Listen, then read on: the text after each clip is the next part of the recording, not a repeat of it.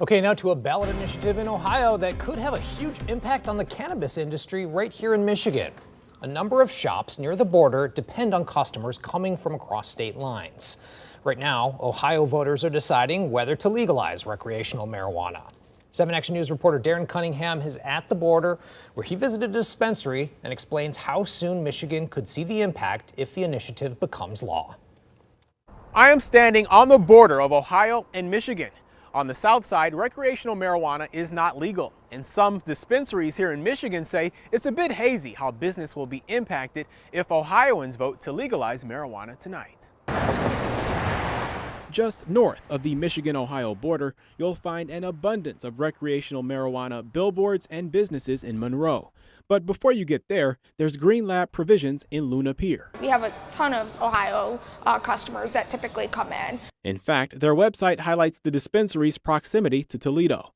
Hillary Dombrowski, floor lead and bud tender, says the initiative to legalize recreational marijuana in Ohio may not pose as much of a threat to Green Lab because of how they grow their own. We have a very fine art of what we do, so it definitely calls to that certain clientele. So I'm hoping that it won't affect us as much. Colton Blanton, who lives in Ohio, says he voted in favor of legalization. He was blunt, admitting what he believes is good for cannabis users on a national scale may not be good for business. There is, the potential loss of revenue as things get pushed into Ohio, but I think that it's still, in general, the more states that legalize on the recreational side, the closer we get to federal pushes. Ohio's push is happening amid concerns of oversaturation of marijuana growers here in Michigan, with supply outpacing demand, driving prices down. Cleveland-based cannabis attorney Kevin Murphy is a managing partner at the Walter Haverfield law firm. There will be some impact to the dispensaries on the border. He uses the example of medical marijuana, which is legal in Ohio. Murphy says the further south you go into the state, the sales are higher.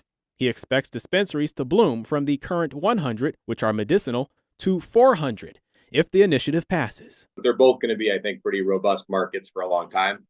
I think there's room for everybody, but I wouldn't, if I were a dispensary owner on the border of Michigan, I wouldn't count on the same level of sales that they've had historically because there will be some impact. If this passes, Murphy says Ohio and Michigan likely won't see the effects until the end of 2024.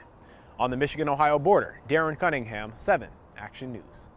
Well, speaking of marijuana, voters in Rochester will be deciding if they want dispensaries on Main Street. Birmingham, Keego Harbor, and Grosse Pointe Park also have marijuana issues on the ballot. And in Warren, voters will be electing its first new mayor in 16 years after the Michigan Court of Appeals ruled that Jim Fouts is not eligible to run for a 5th term. The city of Westland is also deciding on a new mayor tonight. Polls are open until 8 tonight. If you are in line by then, you will be allowed to vote. Stay with 7 Action News after the polls close for the results of today's election.